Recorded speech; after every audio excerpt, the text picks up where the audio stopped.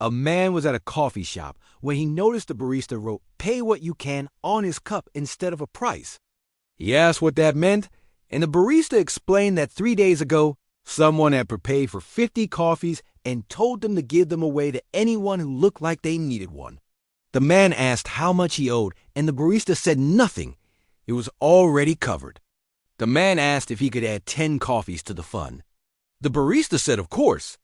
The next person in line overheard this and asked if they could add 5 coffees. Then the person behind them added 20. By the end of the day, the fund had grown to 200 coffees.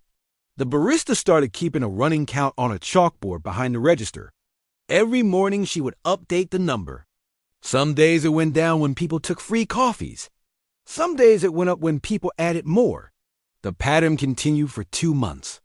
The fund never dropped below 50 coffees because every time it got low, someone would add to it. A construction worker added 30 coffees after getting a bonus. A retired teacher added 15 on her birthday. A college student added 2 coffees with the last bit of money from her work-study job. Nobody knew who had started it or who was taking the free coffees. The barista kept a notebook tracking every transaction, but never shared names.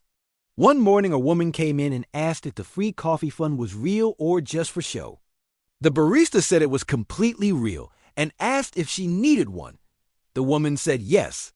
She had been sleeping in her car for a week after losing her apartment and not had coffee in days. Because she was saving every dollar for food, the barista made her a large coffee and gave her a bagel too without asking.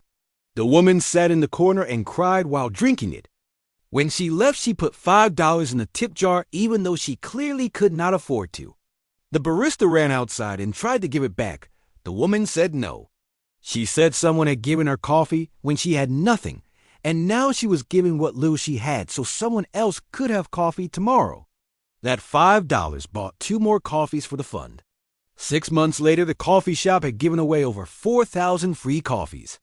The original fund of 50 had grown and shrunk and grown again hundreds of times. The barista posted about it online with a photo of the chalkboard showing the current count. It got shared 200,000 times. 3 other coffee shops in different cities saw the post and started their own funds. Within a year, there were 12 coffee shops across the country running the same system. The barista still updates the chalkboard every morning. She never asks who needs coffee and who is adding to the fund. She just writes the number and trusts that the people who need it will take it, and the people who can give will add to it. The fund has never hit zero in 3 years.